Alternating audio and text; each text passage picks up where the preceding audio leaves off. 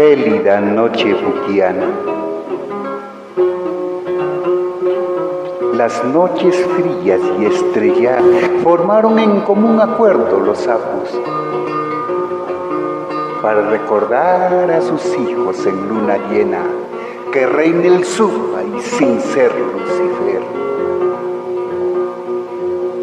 Como si en el tiempo sellaran benigna reunión entre dos culturas, forjando desarrollo humano en el hábitat solitario de las alturas.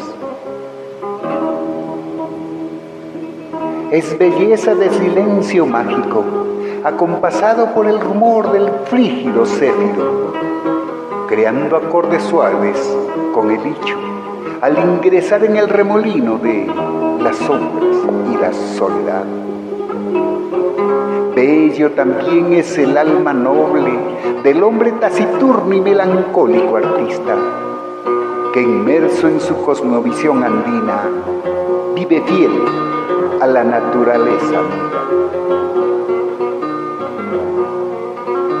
Agoniza con dulzura el cansancio, sedándose al fin el hambre cruel, reinando por horas la igualdad buscada al compás del sueño reparador.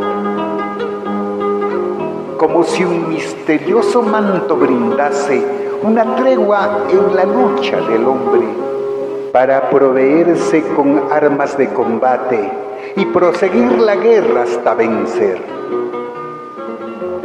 El mágico pincel de un artista vence el remolino embriagador para eternizar esa negra belleza, mostrando al mundo que eso es tabú. Pasan las horas del mágico encanto, controladas por la sentencia del búho pensador, el suave silbar de las vicuñas y el lamento agónico del pucu-pucu trasnochador. El frío arrecia, la aurora rompe el cristal nocturno, el silencio agoniza ante el lamento dulce.